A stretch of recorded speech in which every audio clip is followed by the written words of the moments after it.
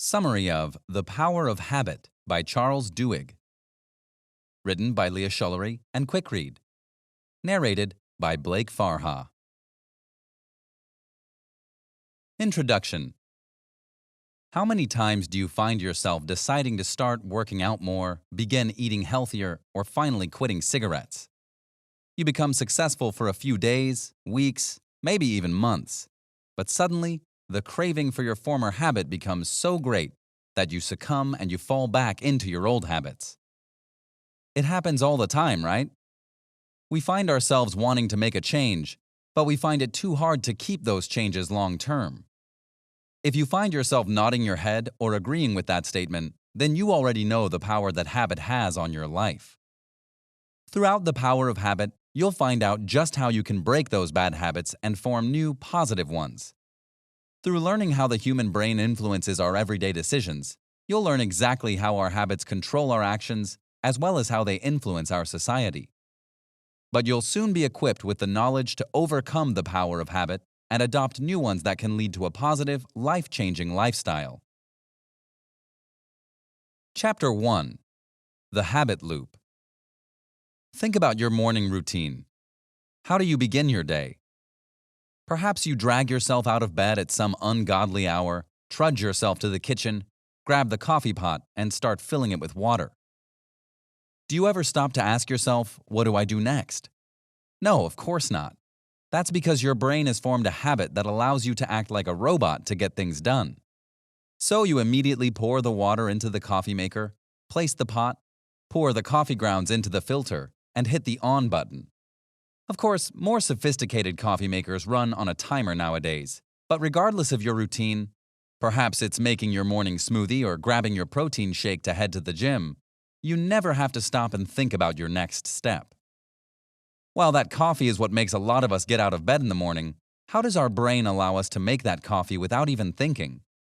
Some of us are probably still half asleep. The answer is that our habits are wired in the primal region of our brain near the spinal cord with a structure called the basal ganglia. To understand how this area helps us form habits, let's take a look at the group of MIT researchers who studied the activity of mice. Placed inside of a T-shaped maze, the mice had to find their way to a piece of chocolate placed at the end of the maze. Additionally, researchers tracked the brain activity of the mice as they made their way to the chocolate. Eventually, the mice learned to memorize how to get to the chocolate by entering the maze and turning left. As they learned this, their brain activity decreased. The process of turning a sequence of actions into an automatic routine is called chunking, and has an evolutionary role that allows our brain to save energy and perform our everyday tasks more efficiently. Every habit can be broken down into 3 parts, called the habit loop. A habit first begins with a cue or a signal that triggers the habit. Let's say it's your alarm clock ringing that triggers your brain to determine which steps to take next. Then comes the routine, which is just the set of actions you take. So that's when making coffee on autopilot comes in. Your routine becomes getting out of your bed and walking to the kitchen to begin setting up your coffee pot. Finally, you get the reward, sipping that hot cup of delicious coffee which allows you to wake up and continue your day. Once you enjoy the reward, your brain activity begins to increase again and reinforces the link between the cue and the routine. According to Duhigg, habits are the choices that all of us deliberately make at some point and then stop thinking about but continue doing, often every day. So when you think about it, how many of your daily decisions are based on habit? If you remember, habits are automatic. So a better question might be, how many decisions do you make without even thinking about it? You'll soon realize that no less than 40% of choices are actually habits. Now, it's time to learn how to harness the profound power of habit. Chapter 2. The Golden Rule of Habit Change. Morning and afternoon routines become an essential part of your life as you work your daily grind. For instance, you may have a specific coffee shop that you frequent every morning to get your daily caffeine fix. Maybe you have a routine of stopping by the gym every day after work. These routines eventually become habits, and while these habits are harmless and actually healthy, it shows just how easy it is to adopt unhealthy habits as well. Perhaps instead of stopping by that morning coffee shop, You stop by that morning McDonald's, and instead of ordering coffee, you order a sugary sweet tea and a sausage and egg biscuit. Once you realize you might be putting on weight due to your morning McDonald's fix, you'll see how increasingly hard it becomes to drive past your usual spot without stopping. You might find yourself stopping just this last time, or driving past and becoming grumpy for the rest of the day. Kicking a bad habit is hard because of the craving you develop for the reward at the end of the habit loop. Each morning you crave that rush of sugar as you sip that sweet tea and that savory sausage biscuit that sticks to your gut. So, to conquer bad habits, the habit loop must be adapted. Duhigg discusses the case of Ray, the owner of the Sea on the Range, a surf and turf restaurant. What was once a successful business is now a dwindling business because of the habits of Ray and his employees. Working close to 80 hours a week, Ray has picked up a drinking habit where he indulges in a double whiskey at the end of a long day to take the edge off. While he's not an alcoholic, he finds himself craving his drink earlier and earlier in the day. Sometimes he even indulges in a cold beer before the end of the day. His drinking habit has begun to affect not only his patients, but also his profits. When Ray indulges in a drink or two, he finds himself becoming less and less patient with his employees, who tend to ignore customers looking for a drink refill.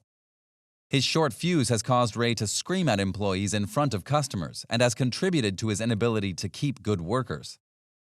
It's clear that Ray needs to change his habit to turn his business around.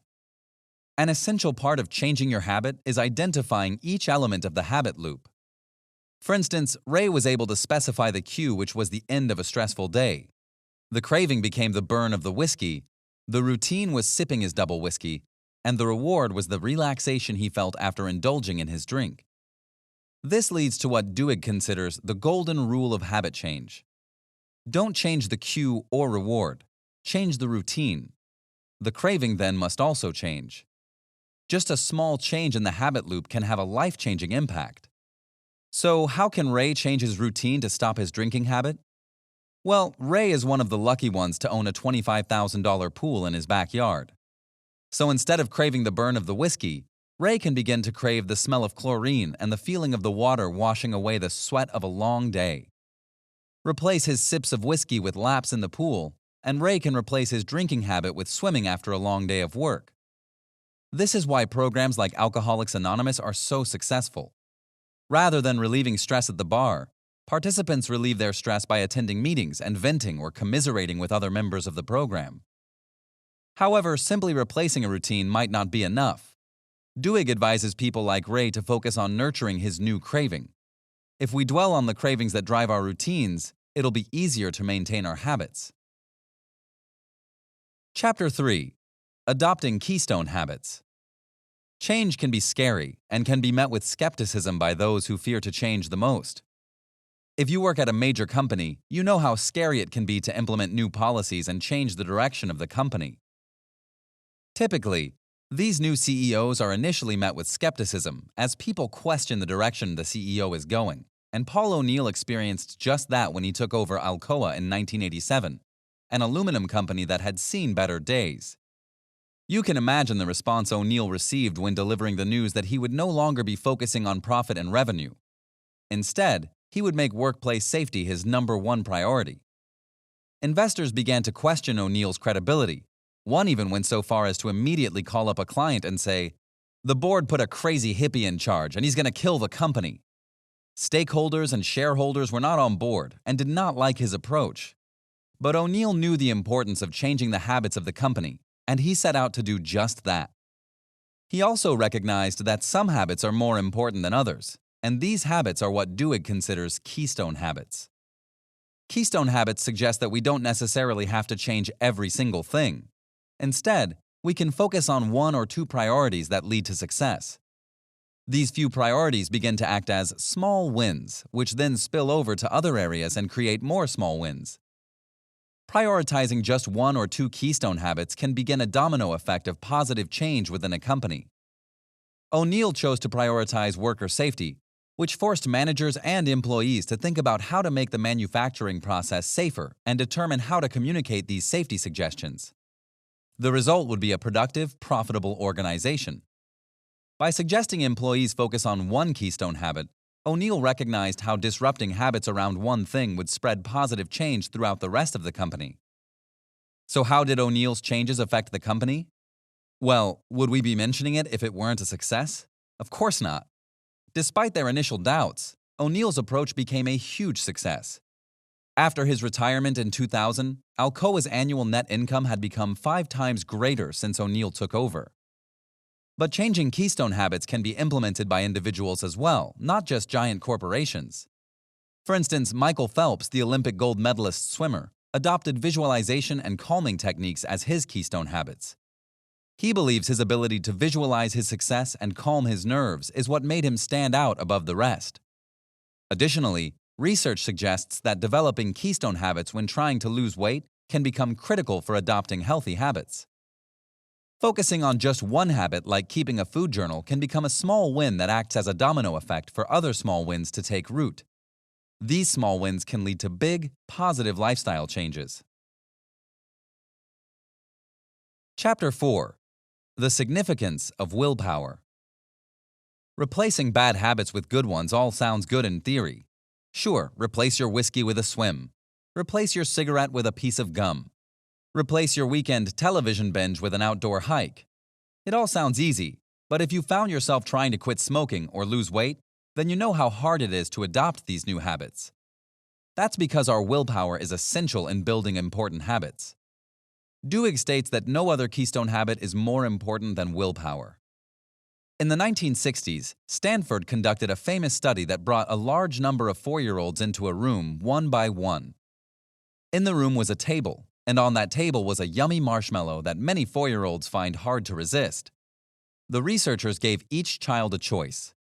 Either eat the marshmallow or wait a few minutes and receive 2 marshmallows.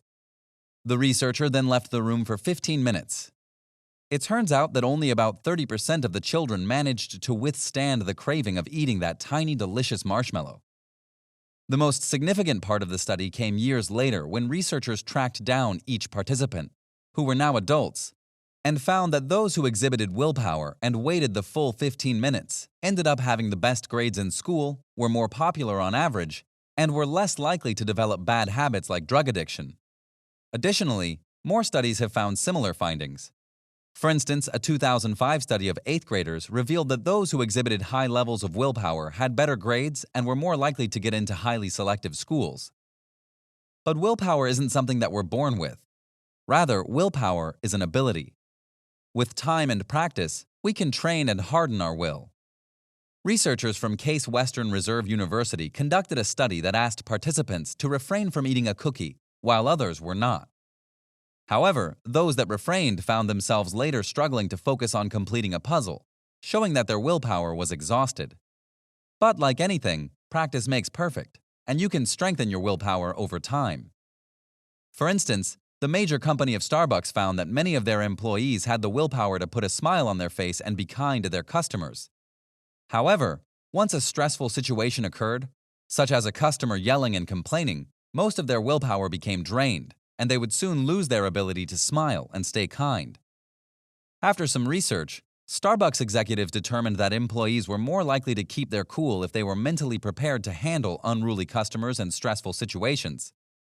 To help their employees, they developed the properly named latte method, which outlines a series of steps to take when employees find themselves in a stressful situation.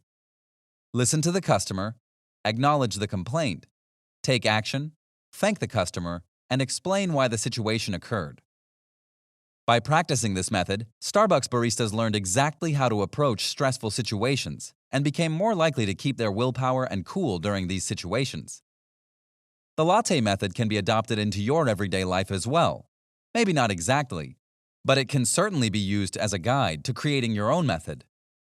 For instance, Duhigg discusses an example of hip replacement patients who would have to undergo painful exercises to recover from surgery. Patients who wrote down their plans on how they would overcome these obstacles were much more likely to conquer these obstacles. So while they didn't quite use the latte method, they set a plan and mentally prepared them for painful scenarios. Chapter 5. The significance of belief.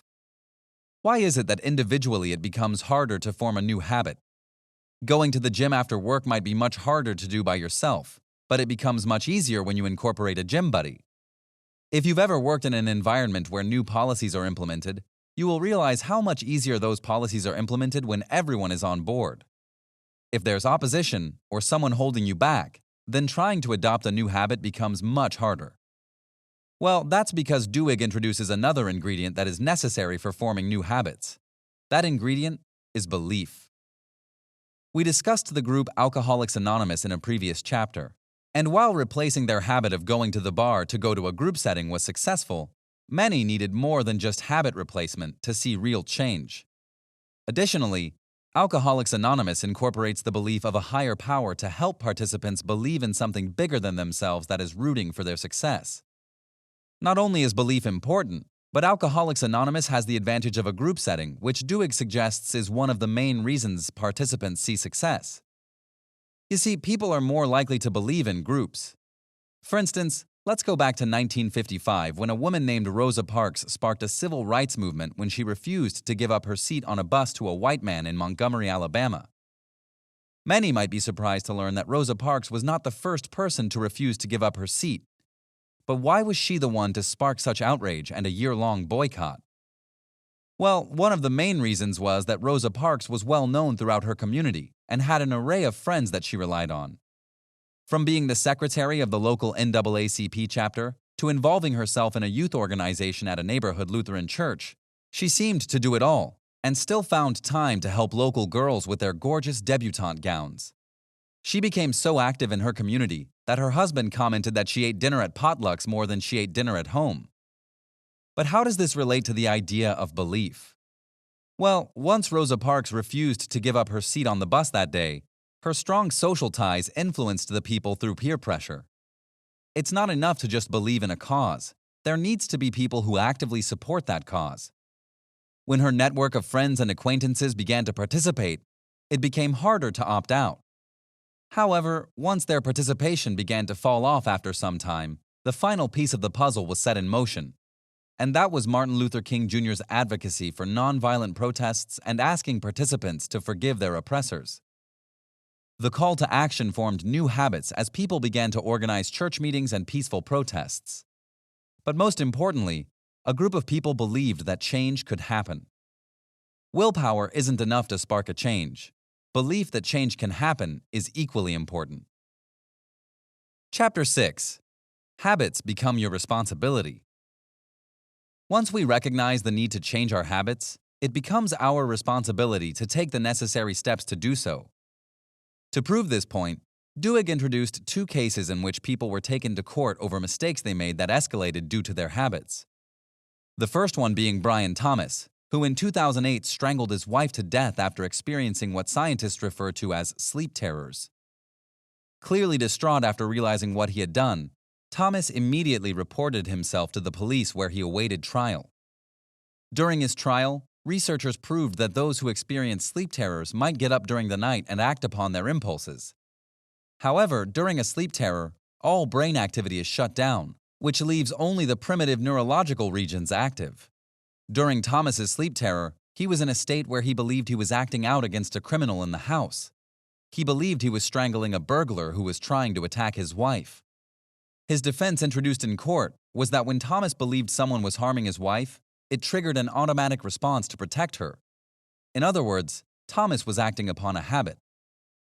The second case that Duhigg introduces is that of Angie Bachman, who was sued by the casino company Harrah's for $500,000 for failing to pay her gambling debts.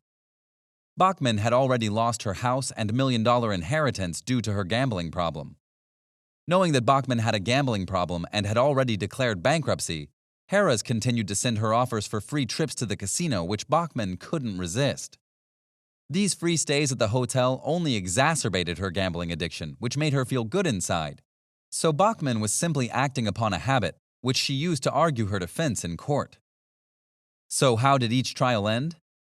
Well, Thomas was acquitted of his charges, and many people, including the judge, expressed their sympathy for the grieving man. However, Bachman lost her case and became a victim of immense public scorn. While both argued their habits were the cause of their actions, why did only one end in a guilty verdict? Simply put, Bachman recognized her bad habit and she had the free will to change her behavior. Thomas did not, and his actions were the result of a tragic accident that occurred in his sleep.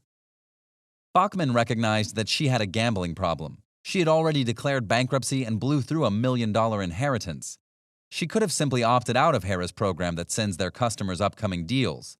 She could have taken the necessary steps to avoid seeing the enticing offers that Harrah's was giving her, whereas Thomas had no control over his actions. In the end, it's only up to you to change your habits. Final summary. We all adopt habits throughout our lives, both good and bad. Our routines become an unconscious habit that all follow the same three-step loop: cue, routine, reward. As we continue to crave the desired reward, it becomes harder and harder to break a bad habit. However, the key to changing your habits is to change your routine, but to keep the cue and reward the same. Of course, it's not as easy as adopting a routine, so developing keystone habits becomes critical for success. Keystone habits like willpower can be practiced as you continue to withhold the desire to practice your bad habits. As you strengthen your willpower, you become more successful at adopting habits that lead to a successful, positive lifestyle. This has been a summary of The Power of Habit by Charles Duhigg, written by Leah Schullery and Quick Read, narrated by Blake Farha. The end. This audiobook summary was brought to you by Quick Read. We hope you enjoyed this audiobook summary. If you want more audiobook summaries like this, download our app in the App Store or Google Play and get access to thousands of other free book and audiobook summaries. Listen to them while working out or commuting to work and get the key insights of books in minutes instead of hours. Go to quickread.com/app and download our app for free today.